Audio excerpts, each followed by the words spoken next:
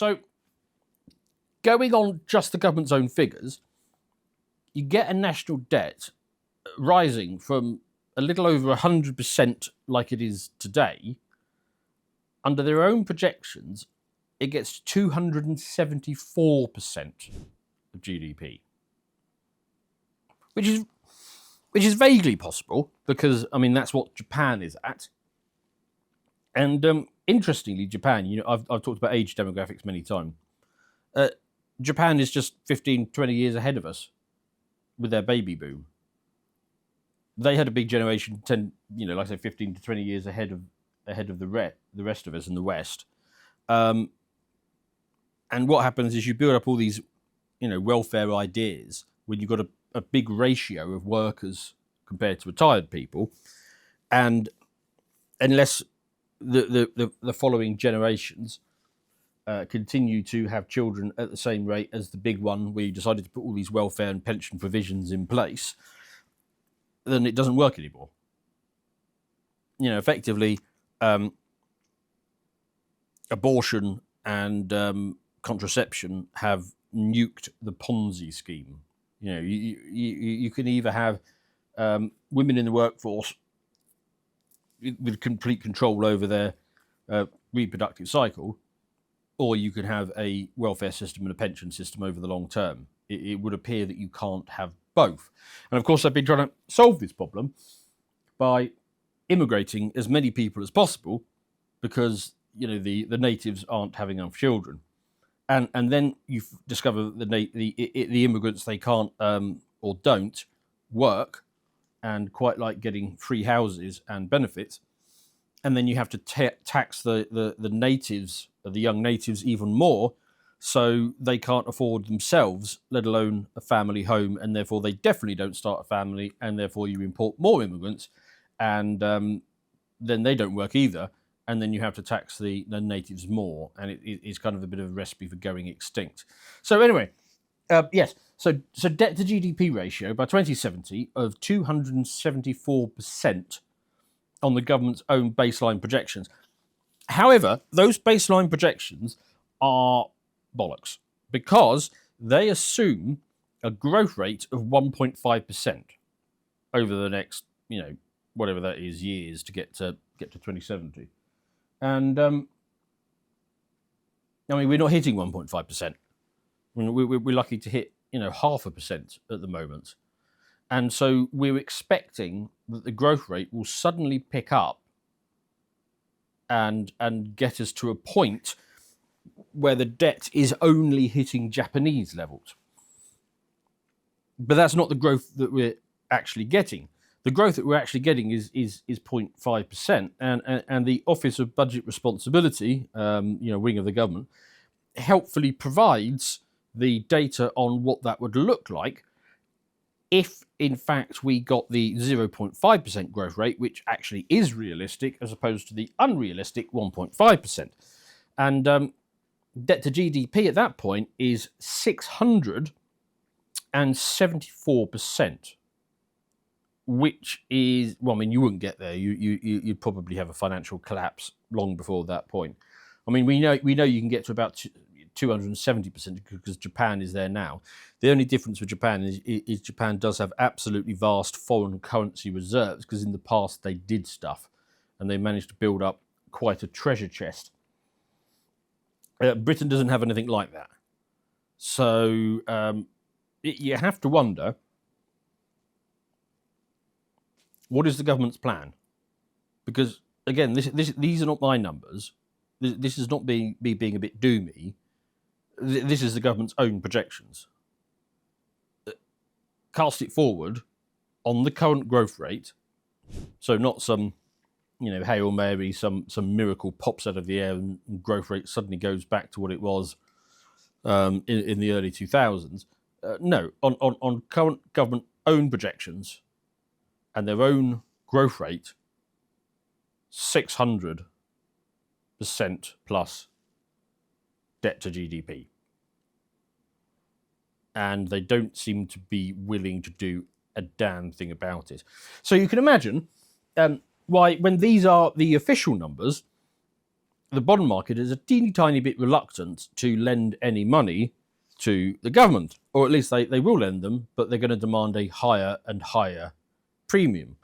The government, from what I can tell, I mean, well, first of all, nobody on the Labour front understands any of this stuff, and therefore they don't really feel the need to address it because they wouldn't understand the question in the first place. But I can only assume that the civil servants behind the scenes who are running things are hoping for some sort of miracle. You know, maybe it's I don't know, a fusion power breakthrough, or maybe it's mass adoption of AI and robotics, or something else. You know, at a time of such technological change, it shouldn't be that difficult. In the early part of the last century, US and UK managed to hit 2.5% fairly consistently, and they had a whole suite of new technologies coming online that allow them to do that. Electricity adoption was really ramping up. The automobile, trains, telegraph, radio. I mean, they had a whole bunch of early flight, little bit of early flight. They had a whole bunch of things that managed to get their GDP growth up to quite respectable levels. If we were to do that, let's say we were to get to 2.5% growth. Remember, it's all debt to GDP. It's all a ratio. So if you grow a little bit, a little bit ahead, the debt, the comparative value of the debt shrinks considerably. Let's say we were to get to 2.5%. What does it look like at 2070? Well, the debt to GDP ratio is a mere 65%. So if you get that better growth, even if you make absolutely no bloody effort whatsoever to rein in your spending, just with a bit of extra growth, the problem just kind of goes away by itself.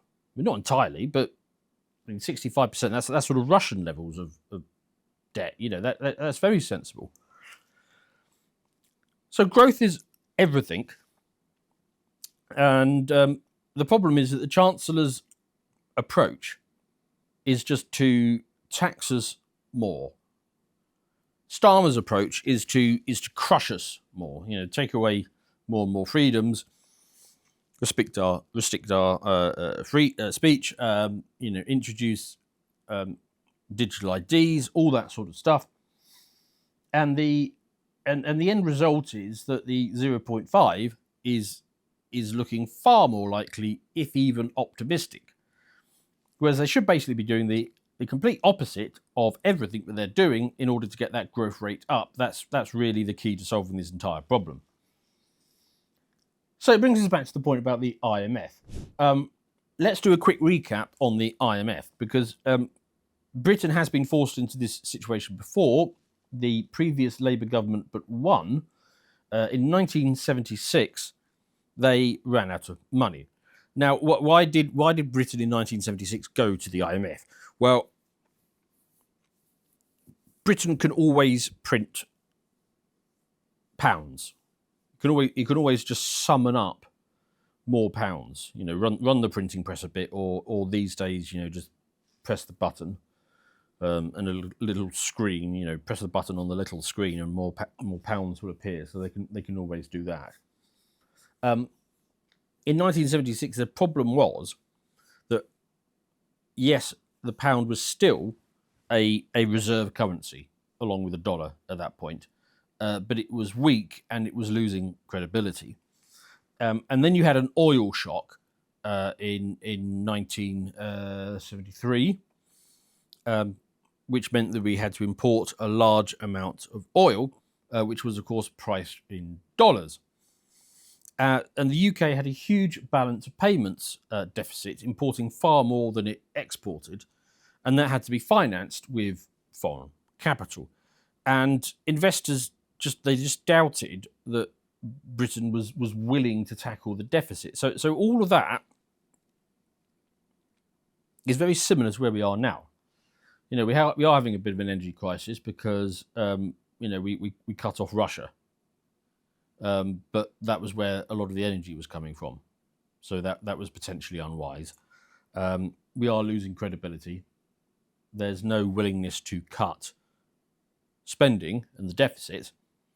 And so many of these things are looking very much the same. But it was that need to buy energy from abroad that really did it in 1976, because even though you can print all the pounds that you want, you can't print dollars. Only the Americans can do that. And so Britain ran out of foreign currency reserves, and so that's why it had to go to the IMF. If you would like to see the full version of this premium video, please head over to lotuseaters.com and subscribe to gain full access to all of our premium content.